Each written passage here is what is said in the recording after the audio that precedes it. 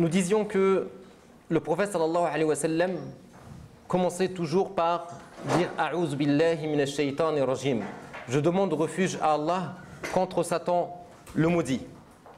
Il faut qu'on ait cette habitude pendant la prière et en dehors de la prière de dire A'ouz billahi minash shaytanir rajim. C'est une arme, c'est une arme puissante contre Satan. C'est la parole d'Allah subhanahu wa ta'ala. Immédiatement après A'ouz billahi minash shaytanir rajim, le prophète sallallahu alayhi wa sallam disait Bismillahir rahmanir rahim. Et on doit comprendre, on doit maîtriser le sens de Bismillahir rahmanir rahim. Bismillah, au nom d'Allah.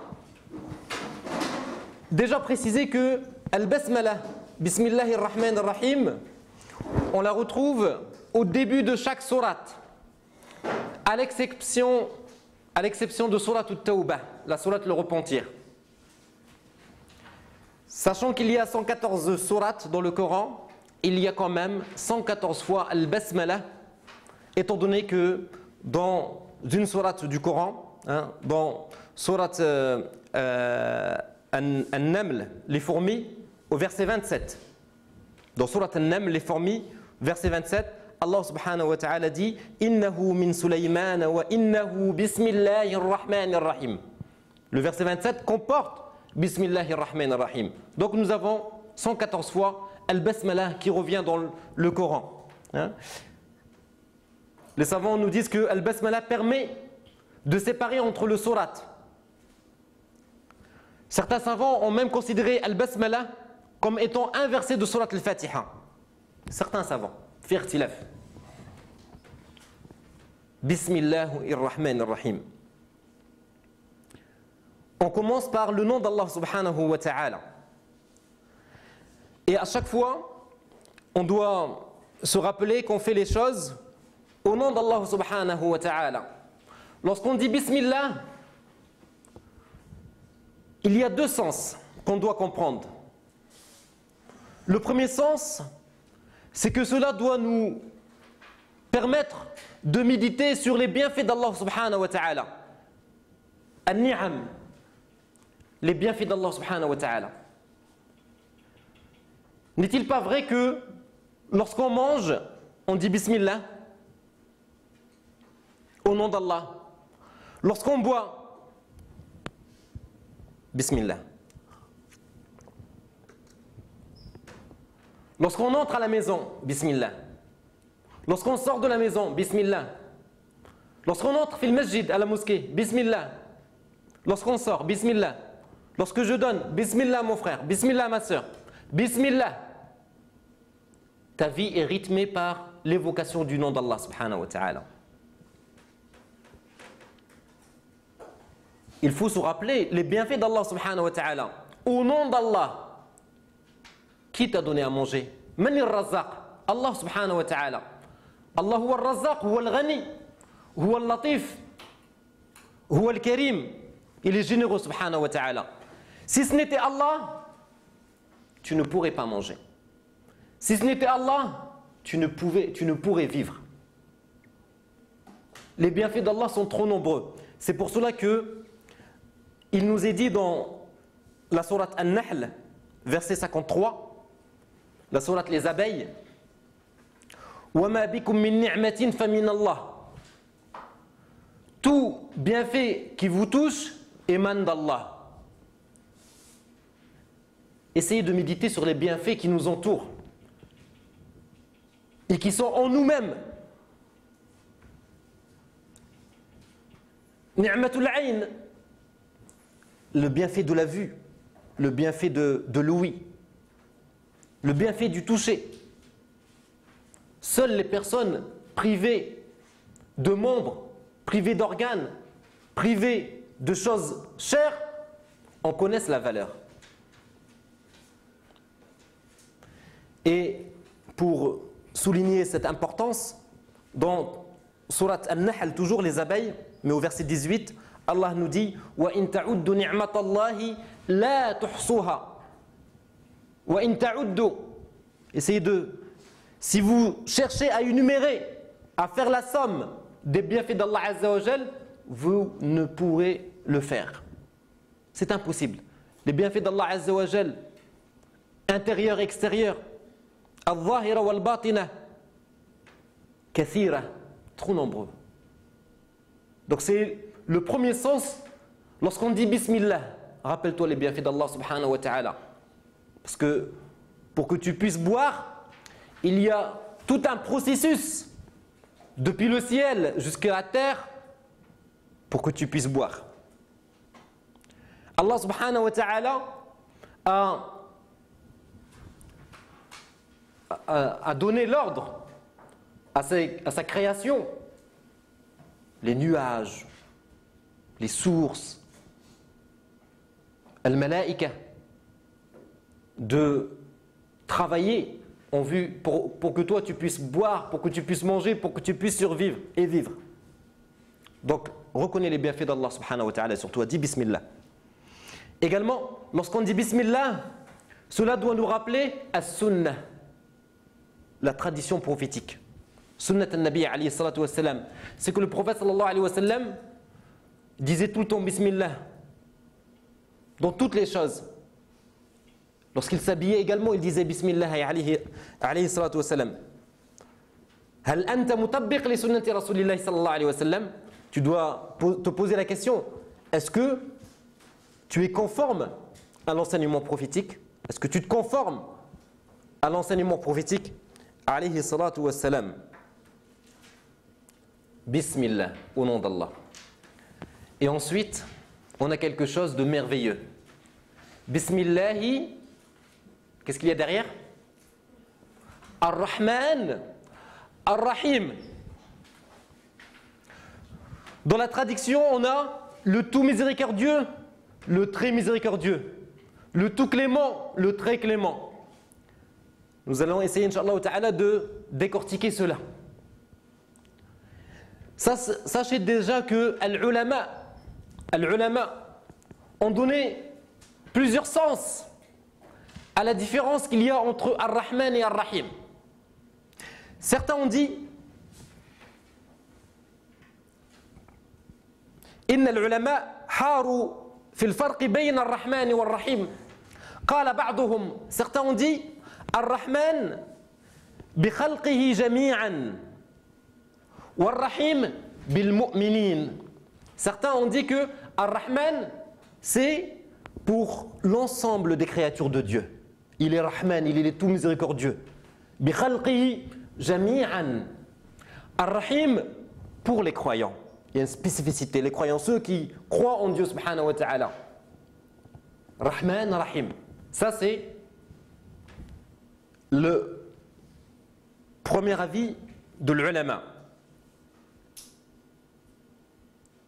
Certains ont dit قال بعضهم الرحمن في الأولى والرحيم في الآخرة. Certains ont dit que Ar-Rahman, le tout miséricordieux, cela concerne l'ici-bas. Et Ar-Rahim concerne l'Akhira, l'au-delà. Il est Rahman ici-bas, il est Rahim dans l'au-delà. La miséricorde, c'est la miséricorde, me direz-vous, n'est-ce pas? Mais il est miséricordieux ici-bas et dans l'au-delà, subhanahu wa ta'ala. Et un dernier avis que je vous cite, qui n'est pas des moindres,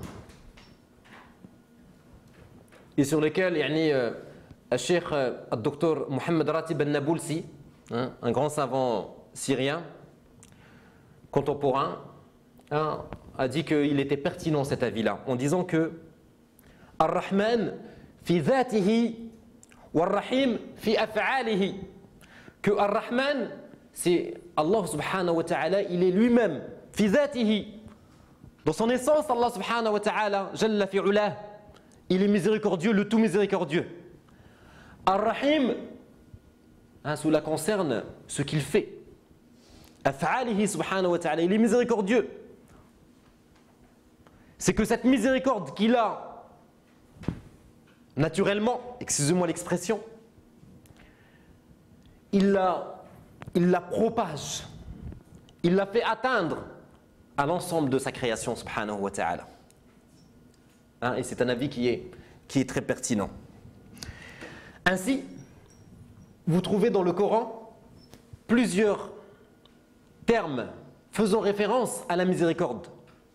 Vous trouvez une sourate qui s'appelle Suratul Rahman, la sourate Ar-Rahman, le tout miséricordieux. Ar-Rahmanu 'allama al-Qur'an, khalaqa al-insan, 'allamahu al-bayan.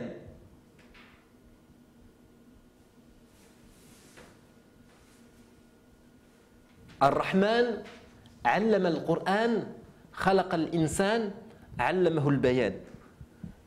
Sachez que chaque lettre dans le Coran a sa place qui lui revient de droit. Que chaque mot dans le Coran a sa place qui lui revient de droit.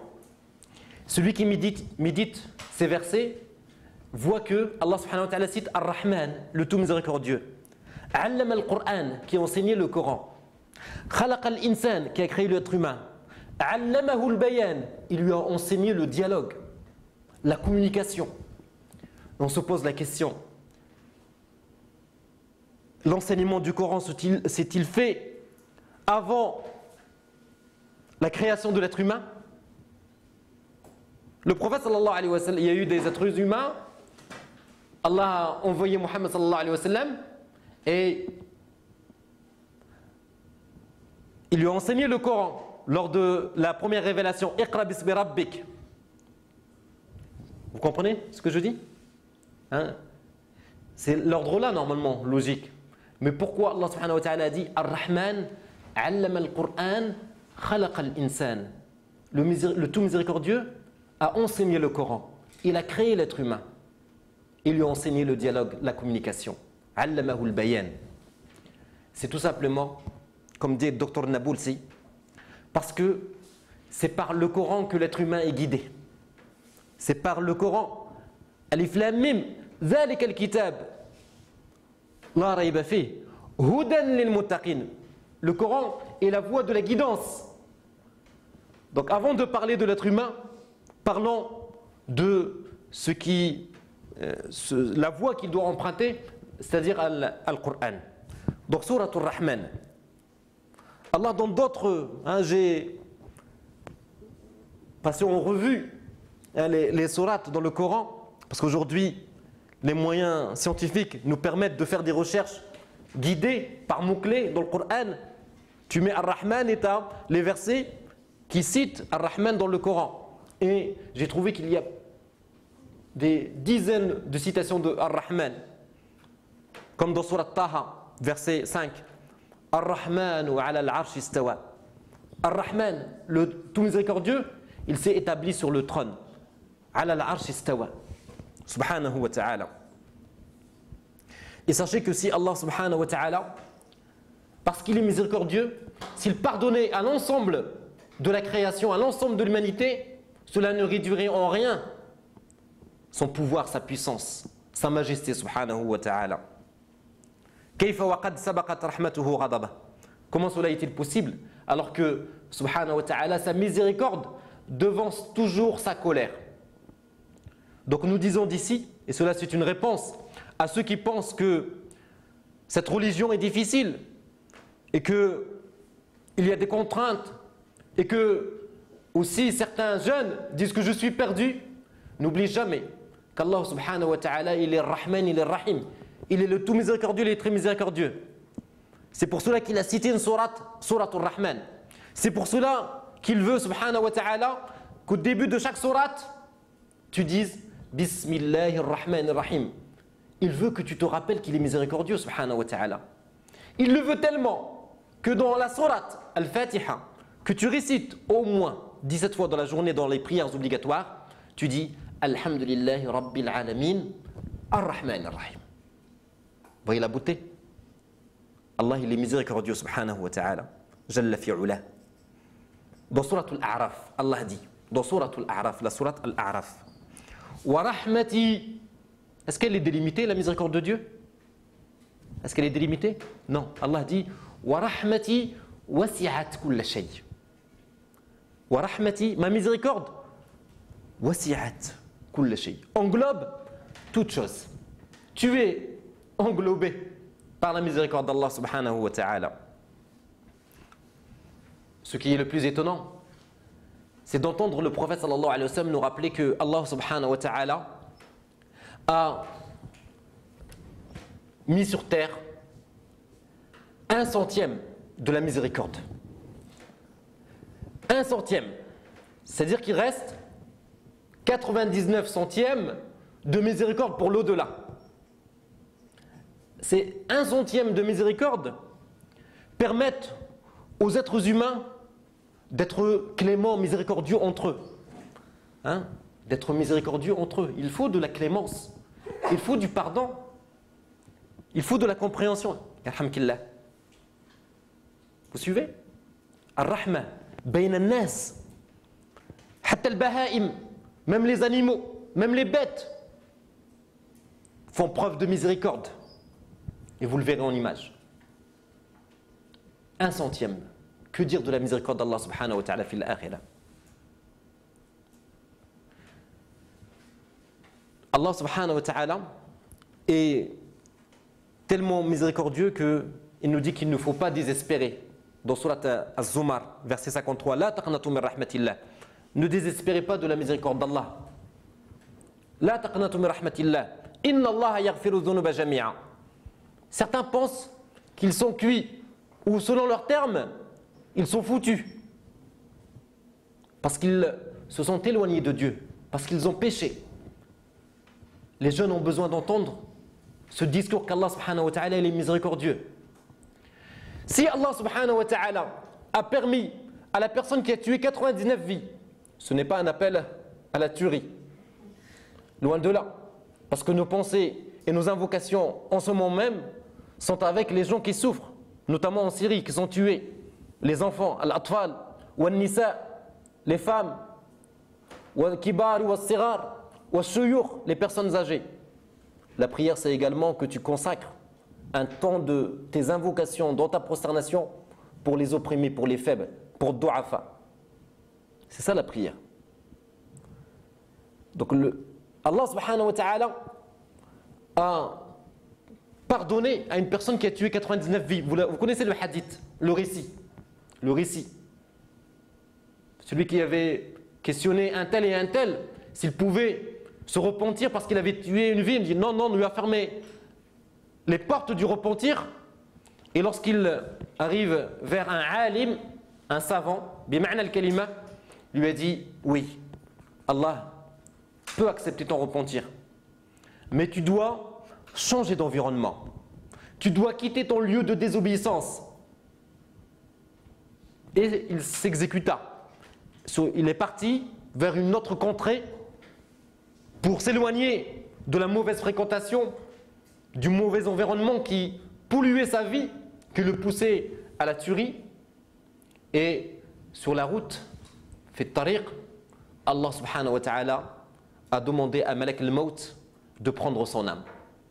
Et est-ce qu'il va au paradis? Fatanaza'a yani al-malaika, entre malaikatul rahma wa malaikatul adab, entre les anges de rahma vers le paradis, wa malaikatul adab, ce qui dit non, vers le châtiment. Allah subhanahu wa ta'ala a décidé, parce que son intention était sincère, de lui pardonner. Fa malaikatul rahma l'ont pris, les anges de la miséricorde. Allah n'est-il pas miséricordieux subhanahu wa ta'ala? Alors on va voir comment les gens sont miséricordieux. Il faut passer une...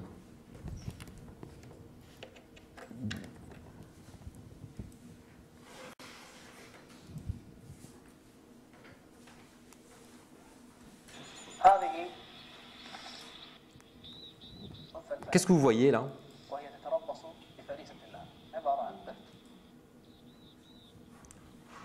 On voit une tigresse, ou un... c'est ça? Vous voyez un peu? Donc, ça, ce qu'elle a pris, c'est une guenon, c'est ça on dit? Regardez. Elle a tué hein, cette bête sauvage à tuer. Donc, hein, l'animal, il faut qu'il vive, non? Et pour vivre, il y a des proies. Il doit manger. Donc il l'a tué. Et après, ce qui se passe, c'est que il y avait un petit singe qui était collé. Le bébé. Il aurait pu le tuer également. Comme il a tué sa mère.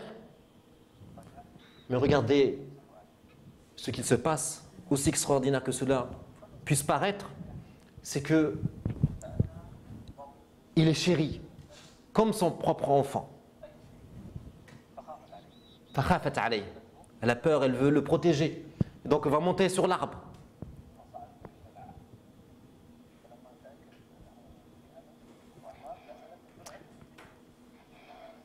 Et le protège lorsque un ennemi vient pour s'en prendre à ce petit singe. Il est protégé, même la nuit. Voilà. Subhanallah. Rahman, non? Il y a de la miséricorde dans l'animal. Ah, des câlins, des... Masha'Allah.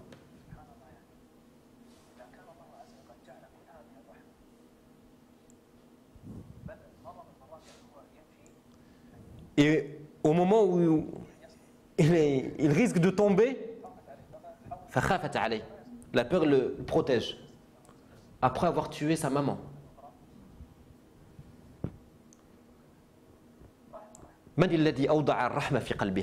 Qui a mis la miséricorde dans son cœur?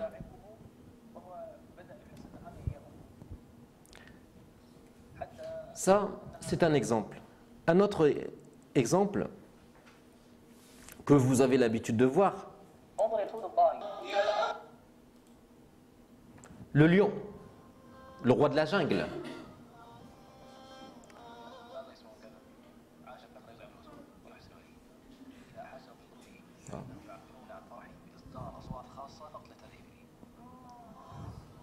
C'est possible. Rahman, non? Il y a de la clémence, il y a de la miséricorde. On peut se poser la question, mais comment il arrive justement, comment est-il possible de créer un lien entre l'être humain et ces bêtes dites féroces? C'est parce que tout simplement, la créature de Dieu aime celui qui lui fait du bien. Je répète, la créature de Dieu aime la personne qui lui fait du bien. Que dire d'Allah subhanahu wa ta'ala?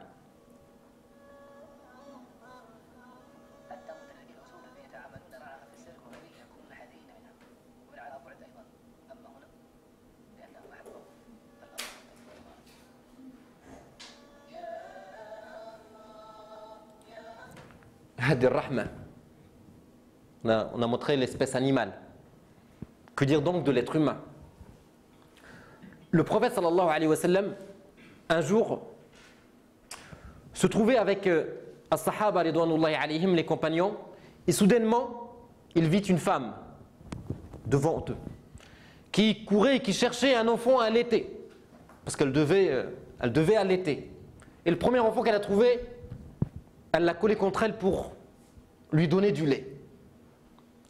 Et le prophète sallallahu alayhi wa sallam saisit cette occasion.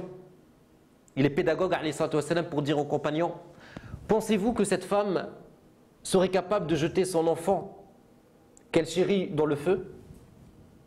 Cette femme si tendre, si clémente, serait-elle capable de jeter son enfant dans le feu? Les compagnons de repos du prophète sallallahu alayhi wa sallam, non, pas du tout.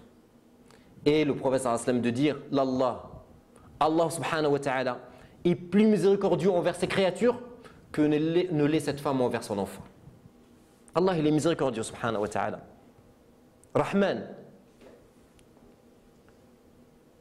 Irhamu man fil ard, yarhamkum man fis sama.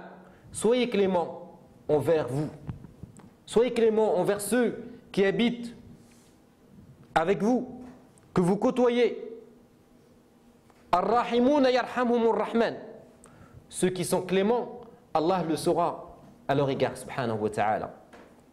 Donc on doit avoir à l'esprit cet élément, hein, ce que Allah subhanahu wa ta'ala, il est Ar-Rahman, il est Ar-Rahim, il est le tout miséricordieux, il est le très miséricordieux. Ensuite on passe à Al-Fatiha, sourate Al-Fatiha. Cette sourate qu'on a l'habitude de réciter, mais malheureusement sur laquelle on ne s'arrête pas suffisamment. Certains déjà la récitent à une vitesse plus rapide que le TGV, ce qui ne leur permet pas de la méditer et de la comprendre, alors que le prophète sallallahu alayhi wa sallam nous dit, il nous a enseigné qu'il fallait réciter Al-Fatiha et Al-Qur'an doucement, le méditer, verset par verset. Le prophète sallallahu alayhi wa sallam récitait Al-Fatiha verset par verset. Bismillahirrahmanirrahim. Alhamdulillahi rabbil alamin. Ar-Rahmanir-Rahim. Maliki yawmiddin. Iyyaka na'budu wa iyyaka nasta'in. اهدنا الصراط المستقيم صراط الذين أنعمت عليهم غير المغضوب عليهم ولا الضالين. Sourate Al-Fatiha. Certains c'est Alhamdulillah Rabbil Alamin ولا الضالين. مش قراءة هذه, c'est pas une récitation. Déjà comprendre l'importance de sourate Al-Fatiha. Le prophète sallallahu alayhi wa sallam nous dit que sourate Al-Fatiha a plusieurs noms. Elle est appelée sourate Al-Fatiha. Pourquoi elle est appelée sourate Al-Fatiha? La sourate l'ouverture, car elle ouvre le Coran. Elle ouvre le Coran. Elle s'appelle sourate Al-Fatiha. Elle est également appelée Ummul Kitab, la matrice du livre, la mère du livre, Ummul Kitab, car elle renferme les finalités fondamentales du Saint-Coran. Le Coran se résume en quelque sorte à travers Surat Al-Fatiha. Elle est également appelée As-Sab'ul Mathani, les 7 versets. Elle est également appelée Ash-Shifa. Elle est appelée Ash-Shifa, la guérison, non? لأنه عليه الصلاة والسلام قال في فاتحة الكتاب شفاء من كل داء شفاء من كل داء. C'est une guérison pour tout mot, hein? Tous les mots, M-A-U-X. Shifa, le Coran Shifa. L'imam Ibn Qayyim se soignait avec Ma'u Zamzam et Surat Al-Fatiha, la Surat Al-Fatiha. L'imam Al-Qurtubi, un grand savant de tafsir, a rappelé dans son livre Al-Jami'u li Ahkam al-Qur'an que cette sourate porte 12 noms. Surat Al-Fatiha porte 12 noms. Parmi ces noms, Al-Fatiha, Al-Shifa, Al-Wafiya, Al-Kafiya, Al-Asas. Et également, elle s'appelle Suratu Al-Hamd. Suratu Al-Hamd. Parce qu'elle commence par Alhamdulillahi Rabbil Alamin, la louange. Les mérites de cette sourate sont connus, sont nombreux, et on doit avoir à l'esprit que lorsqu'on récite Surat Al-Fatiha, on est dans un dialogue avec Allah subhanahu wa ta'ala. Le prophète sallallahu alayhi wa sallam dit qu'Allah subhanahu wa ta'ala a dit dans le hadith Qudsi: Qasamtu as-salat bayni wa bayna abdi nisfayn. J'ai partagé, j'ai divisé la prière entre moi et mon serviteur en deux. فإذا قال العبد الحمد لله رب العالمين, lorsque le serviteur dit Alhamdulillahi Rabbil Alamin, louange à Allah, قال الله عز وجل حمدني عبدي. Lorsque le serviteur dit Alhamdulillahi Rabbil Alamin, Allah dit mon serviteur me loue. أنت تناجي ربك تخاطب ربك, tu es en train de Parlez avec Allah subhanahu wa ta'ala. Essayez d'entendre. Hamidani abdi. فإذا قال العبد الرحمن الرحيم قال الله عز وجل أثنى علي عبدي. Lorsque le serviteur dit Ar-Rahman Ar-Rahim, Allah dit mon serviteur me fait les éloges. فإذا قال العبد مالك يوم الدين قال الله عز وجل مجدني عبدي. فإذا قال العبد إياك نعبد وإياك نستعين قال الله عز وجل هذا بيني وبين عبدي هذا بيني وبين عبدي. فإذا قال العبد اهدنا الصراط المستقيم صراط الذين أنعمت عليهم غير المغضوب عليهم ولا الضالين قال الله عز وجل هذا بيني وبين عبدي ولعبدي ما سأل. Mon serviteur aura ce qu'il demande. Mais il faut réciter le Fatiha. Il faut la comprendre. Alhamdulillahi Rabbil Alamin. Certains ne pensent qu'on ne peut goûter au recueillement que dans d'autres passages du Coran. Il est rare que certains pensent que Al-Fatiha peut faire pleurer, n'est-ce pas? Que c'est des endroits dans Surat Al-Baqarah ou dans Surat Al-Nisa ou dans d'autres passages du Coran. Mais on va voir que un des imams de la Mecque, Al-Sheikh Al-Shuraim, dans ses premières directions de la prière, Surat Al-Fatiha l'a fait pleurer. Hein?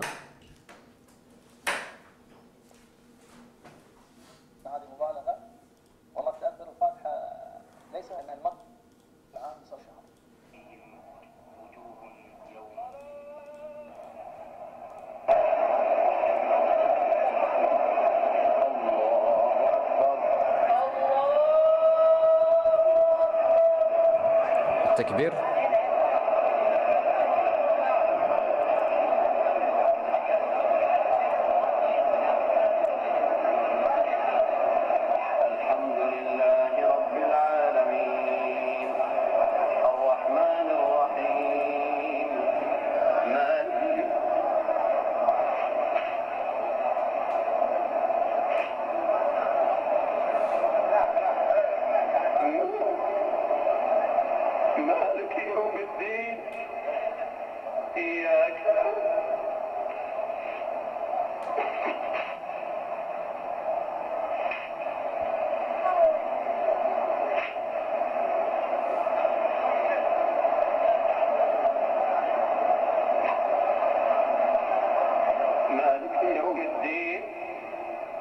إياك نعبد وإياك نستعين اهدنا الصراط المستقيم صراط الذين أنعمت عليهم غير المغضوب عليهم ولا الضالين.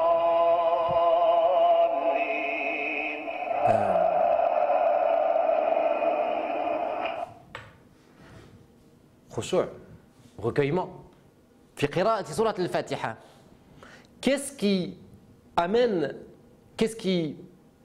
fait que le cheikh yabki, il pleure en récitant Surat al-Fatiha? Parce qu'il comprend ce qu'il dit. Yafham. Il sait quel est le sens de Alhamdulillahi Rabbil Alamin, de Ar-Rahman Ar-Rahim, Maliki Yawmiddin. Et je disais tout à l'heure que la compréhension est très importante. Plus on saura ce qu'on dit, ce qu'on fait, plus on sera recueilli et concentré dans la prière. Alhamdulillahi Rabbil Alamin. Nous allons décortiquer, Inch'Allah ta'ala, chaque passage de cette noble sourate. Alhamdulillahi Rabbil Alamin. Alhamd. Louange à Allah, le Seigneur des mondes. Ma ma'na alhamd. Que signifie alhamd? Quand tu dis alhamdulillah, ça veut dire quoi alhamdulillah? Alhamd. Alhamdulillah, ça veut dire louange à Allah. Louange à Allah, c'est une forme de reconnaissance. C'est une forme de remerciement. Mais il y a un terme arabe pour le remerciement, c'est ash-shukr. On dit shukran, merci. Si je me lève maintenant et que je vous distribue un document, Par politesse, vous allez me dire shukran. Bidirectionnel. Je donne, j'ai en réponse un remerciement. Et d'ailleurs, le prophète sallallahu alayhi wa sallam dit Man la yashkurun nas, la yashkurullah. Celui qui n'est pas reconnaissant envers les gens ne peut être reconnaissant vis-à-vis de Dieu subhanahu wa ta'ala. Ash-shukr, shukran, remerciement. Al-hamd est plus vaste, le terme al-hamd est plus vaste que ash-shukr. Dans le sens où, lorsqu'on dit alhamdulillah, alhamd, louange à Allah, ce n'est pas parce qu'Allah subhanahu wa ta'ala m'a donné que je dis merci. Tel qu'il est subhanahu wa ta'ala, il mérite la louange. Tel qu'il est subhanahu wa ta'ala. Comprenez que ash-shukr, c'est bidirectionnel. Parce que je te donne, parce que je fais, tu me dis merci. Mais lorsque je dis alhamdulillah, je le fais parce que je dois le faire. Parce que tu es Allah subhanahu wa ta'ala. Je ne peux pas énumérer, faire la somme des bienfaits d'Allah subhanahu wa ta'ala sur moi. Comment pourrais-je me mettre à le remercier par rapport à ce qu'il me donne? Il me donne beaucoup. Donc il mérite alhamd. D'ailleurs, lorsqu'on fait les éloges de quelqu'un qu'on ne connaît pas, on utilise alhamd. Si Zayd, quelqu'un qui s'appelle Zayd, entrait dans la salle, il dit assalamu alaikum, il est courtois, il a un beau caractère, je dirais mashallah Zayd akhlaquhu hamida, je dirais que son comportement, son caractère est louable, il est bon. Ce n'est pas parce que je le connais, parce qu'il rentre dans la salle sans que je le connaisse, il mérite tel qu'il est. Donc alhamd, on l'utilise lorsque on veut remercier quelqu'un, on veut être reconnaissant vis-à-vis de quelqu'un, sans pour autant être dans un sens bidirectionnel. Alhamdulillahi Rabbil Alamin. Et le prophète sallallahu alayhi wa sallam, à chaque fois il disait Alhamdulillah. Il disait Alhamdulillah. Kana Rasulullah sallallahu alayhi wa sallam, idha atahu al-amr yasurruhu, lorsque quelque chose lui plaisait, il disait sallallahu alayhi wa sallam Alhamdulillahi alladhi bi ni'matihi tatimmu as-salihat. Alhamdulillah. Alladhi bi ni'matihi, c'est par ses bienfaits. Tatimmu as-salihat. Et lorsque le prophète sallallahu alayhi wa sallam était touché par un malheur, lorsqu'il ne se sentait bien, lorsque quelque chose ne lui plaisait pas, il disait alayhi salatu wa salam Alhamdulillahi ala kulli hal. Alhamdulillahi ala kulli hal. On ne dit pas ça uniquement Alhamdulillah lorsqu'on est bien, lorsqu'on n'a pas de problème, lorsqu'on n'a pas de soucis, lorsqu'on a un travail, lorsqu'on a des enfants, lorsque... Non, on dit Alhamdulillah ala kulli hal. Louange à Allah dans toutes les situations. Que ce soit dans un bien et dans un mal. Et c'est dans ce sens que le prophète sallallahu alayhi wa sallam dit Ajaban li amri al-mu'min, que l'état du croyant est étonnant. Toutes situations sont un bien pour lui. Lorsqu'il est touché par un mal, il patiente. Fakana khayran lah. Et lorsqu'il est touché par un bien, il est reconnaissant. Shakar. Fakana khayran lah. Il dit dans tous les états, dans toutes ces situations, Alhamdulillahi subhanahu wa ta'ala. Alhamdulillahi Rabbil Alamin. Louange à Allah, qui est Allah, le Seigneur des mondes. Pas le Seigneur du monde, le Seigneur des mondes. Visible et invisible. Le monde que tu connais et que tu ne connais pas. Il est le Seigneur subhanahu wa ta'ala. Rabbul Alamin. Lorsqu'on parle du chef de famille, en arabe on dit Rabbul Bayt. Souvent la question qui nous traverse l'esprit c'est comment est le chef de famille chez lui? Est-ce qu'il est quelqu'un d'autoritaire? Est-ce qu'il est quelqu'un qui dialogue? Est-ce qu'il est quelqu'un de souple? N'est-ce pas? Le chef de famille. Lorsqu'on dit qu'il est quelqu'un d'autoritaire, lorsque il est un dictateur dans sa propre famille. On se dit comment cette personne peut gérer les affaires des musulmans, les affaires de la communauté, parce qu'il ne laisse pas la place au dialogue, à l'échange.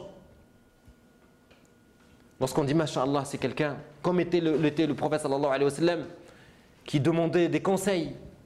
Il demandait des conseils auprès de ses épouses alayhi salatu wa sallam.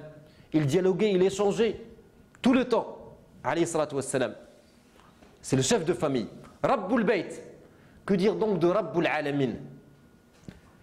On se pose la question, mais ce Seigneur des mondes, Rabbul Alamin, comment est-il? C'est une question qui se pose. Alhamdulillahi Rabbil Alamin. Celui qui détient ce monde, celui qui l'a créé, celui qui a créé l'univers, celui qui a créé l'être humain. Comment est-il? Il est Ar-Rahmani Ar-Rahim. Alhamdulillahi Rabbil Alamin. Ar-Rahmani Ar-Rahim. Il y a un lien entre les versets. Je vous disais la fois dernière, comme l'a cité le Dr Omar Abdelkafi, qu'il y a un lien entre la fin d'une sourate et celle qui la suit, entre le début de celle qui la suit, il y a un lien entre les versets. Que les savants nous expliquent bien entendu. Alhamdulillahi Rabbil Alamin, Ar-Rahman Ar-Rahim, ce Seigneur des mondes, parmi ses qualités, parmi ses noms, subhanahu wa ta'ala, il est Ar-Rahman, il est Ar-Rahim, il est le tout miséricordieux, il est le très miséricordieux. Ce qu'on a expliqué tout à l'heure. Il est Malik Yawmiddin, celui qui est tout miséricordieux, très miséricordieux, il est le maître du jour de Ad-Din, Malik. Et dans une lecture, on a Malik Yawmiddin. Les deux lectures sont bonnes. Malik Yawmiddin et Malik Yawmiddin. Il est le possesseur, il est le souverain. Subhanahu wa ta'ala. De façon absolue. Lorsqu'on parle du roi, il est le Malik, non? Le roi ou la reine qui possède des choses. Le souverain. N'est-ce pas? Mais cela est limité dans le temps. Parce que aussi longtemps va vivre le roi ou la reine, viendra un jour où la mort le rattrapera ou la rattrapera. Kullu nafsin dha'iqatul maut. Et donc, ce qu'elle possède, ce qu'il possède, restera là. C'est Allah le riche. Allah huwa al-ghani. Nous sommes pauvres. Quelle que soit notre richesse ici-bas, on est pauvre en réalité. Quel est le riche? Quel est le roi? Quel est le puissant qui a pris dans sa tombe son compte en banque? Qui a pris ses lingots d'or? Personne. إذا مات ابن آدم انقطع عمله. Tout s'arrête. Il faut agir ici. On récolte là-bas. On ne prend rien avec soi dans la tombe. On prend nos actions. Celui qui est riche, véritablement, c'est Allah subhanahu wa ta'ala. Le vrai souverain, c'est Allah. Al-Malik ou Al-Malik, هو Allah subhanahu wa ta'ala. يقول رب العزة تبارك وتعالى يوم القيامة لمن الملك اليوم. À qui appartient la royauté ce jour-là? Allah répondra Lillahi al-wahid al-qahhar. C'est Allah subhanahu wa ta'ala. Malik. Malik Yawmiddin. Yawmuddin, c'est le jour de Din, non? Comment on l'appelle également? Yawmul Qiyamah. Yawmul Hisab. Le jour des comptes. Yawmuddin, en arabe, Din, c'est aussi Ad-Dayn, le jour des dettes, où on doit rendre ses dettes. Yawmul Akhirah, le jour dernier. C'est un jour terrible, non? Est-ce qu'on est d'accord? Yawmul Qiyamah. Lorsqu'on parle de l'Qiyamah, ça fait peur. Qui n'a pas peur lorsqu'il entend parler de Yawm al-Qiyamah? Il y a une sourate qui s'appelle Surat al-Qiyamah, la sourate de la résurrection. Yawm al-Qiyamah, le jour où tout le monde aura peur. Chacun aura peur de ce qu'il a fait, de al-mizan, de la balance. Chacun pour soi, en quelque sorte. Même nos plus proches, on va les oublier. Yawma yafirru al-mar'u. On va fuir des proches, de l'épouse, de l'époux, de la mère, du père, des enfants. Tu te rappelles, chacun, le hisab, chacun veut sauver sa peau ce jour-là. Ici, il faut s'entraider pour atteindre le paradis. Parce que là-bas, il y a le mizan, la balance, et on présentera ce que tu as fait ici-bas. On ne pourra pas faire marche arrière, revenir. Certains diront, Ya Allah, si seulement tu me permettais de revenir ici-bas pour faire des bonnes actions. Alors qu'il a passé son temps de son vivant à semer la discorde et à s'éloigner de Dieu subhanahu wa ta'ala. Yawmul Qiyamah fait peur. Malik Yawmiddin. La question qui se pose, le salut, la sauvegarde. Aïn, fin. Comment sauver ta peau de ce jour dernier? Iyyaka na'budu wa iyyaka nasta'in. Malik Yawmiddin. Iyyaka na'budu wa iyyaka nasta'in. Le seul moyen de sauver ta peau, Yawmul Qiyamah, Yawmul Hisab, c'est toi que nous adorons. Et c'est toi dont nous cherchons le refuge. Nous implorons ton secours, ô Allah. Iyyaka na'bud, na'buduka ya Allah subhanahu wa ta'ala. Le salut se trouve dans l'adoration d'Allah subhanahu wa ta'ala. Il nous a créés pour l'adorer. وَمَا خَلَقْتُ الْجِنَّ وَالْإِنسَ إِلَّا لِيَعْبُدُونَ مَا أُرِيدُ مِنْهُمْ مِنْ رِزْقٍ وَمَا أُرِيدُ أَنْ يُطْعِمُونَ إِنَّ اللَّهَ هُوَ الرَّزَّاقُ ذُو الْقُوَّةِ الْمَتِينَ. Est-ce que c'est nous qui allons donner manger à Allah subhanahu wa ta'ala et à boire? Hasha lillah. Qui sommes-nous pour donner à boire et à manger à Allah subhanahu wa ta'ala? C'est lui qui est Razzaq, c'est lui qui est Al-Wahhab, c'est lui qui donne. Nous, nous prenons. Donc on doit l'adorer. C'est notre présence sur terre n'a comme objectif que de l'adorer. Bien entendu, cette adoration qu'on qualifie de globale. Ibada shamila. Qul inna salati wa nusuki wa mahyaya wa mamati lillahi rabbil alamin. La sharika lah. Wa bidhalika umirtu wa ana awwalul muslimin.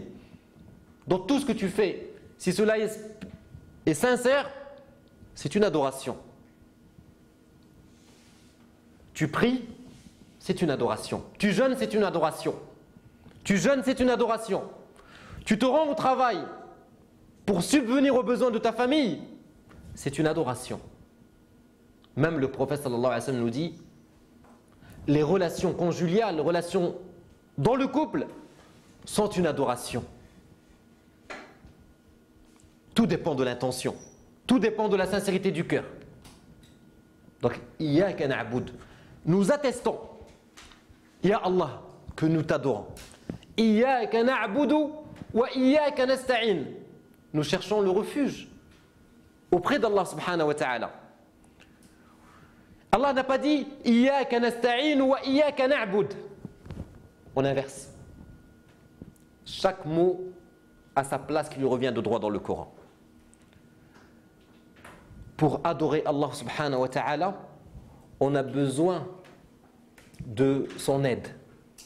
Iyyaka na'bud wa iyyaka nasta'in. Nous cherchons le refuge auprès d'Allah subhanahu wa ta'ala pour pouvoir l'adorer.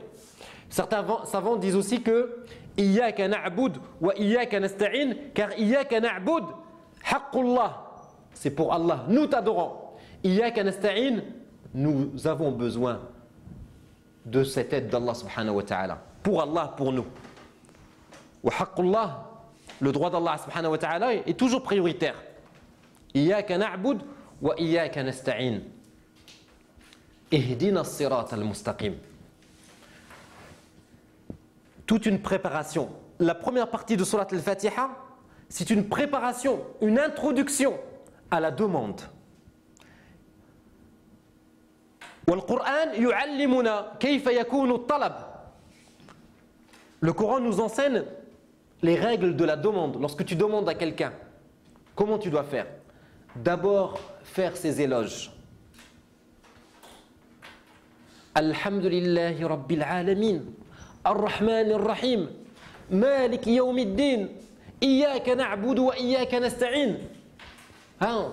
Lorsque on récite ça, c'est avec humilité, avec recueillement. Alhamdulillah, Rabbil Alamin, tu es le Seigneur des mondes, tu es Malik Yawmiddin.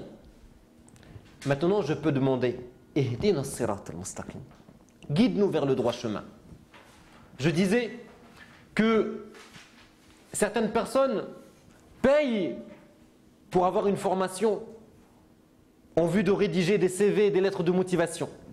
Le Coran, si on prenait le temps de l'étudier, il nous enseigne que lorsqu'on écrit une lettre de motivation, avant de demander, il faut faire les éloges de l'entreprise. Non? De demander, vous êtes une grande entreprise, sa place dans le marché. Et seulement après on dit, je postule. On propose sa candidature.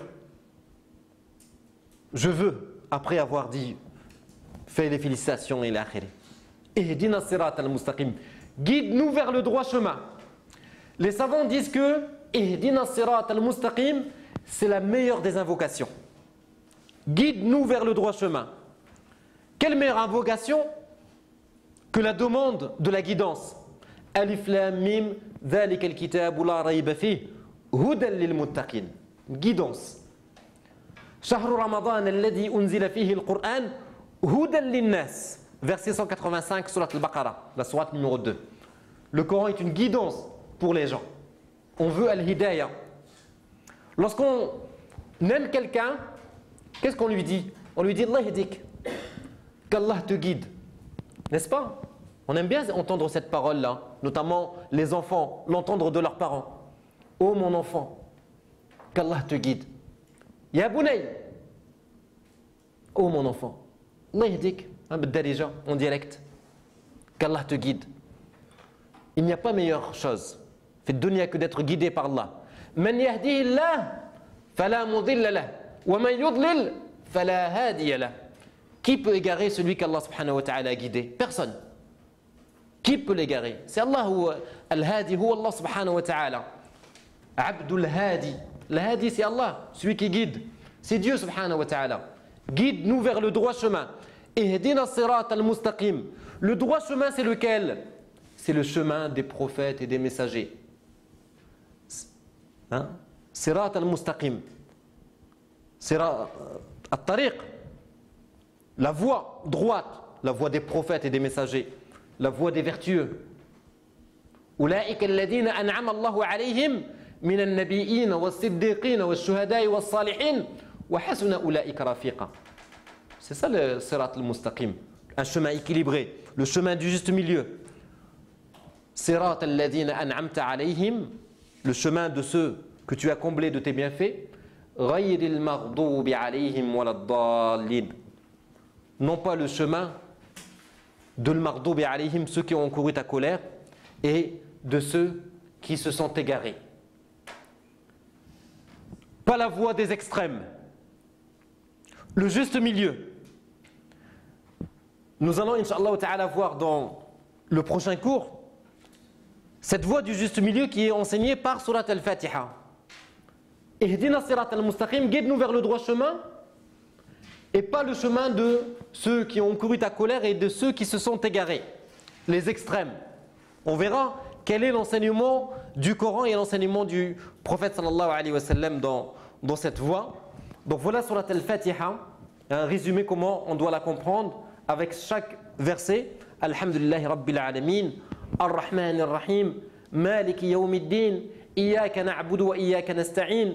اهدنا الصراط المستقيم صراط الذين أنعمت عليهم غير المغضوب عليهم ولا الضالين. Et comme c'est une invocation, dans la prière on dit Amin. Et Amin, c'est comme le Amen chez les chrétiens. Amen. Oh Allah accepte, oh Allah exauce.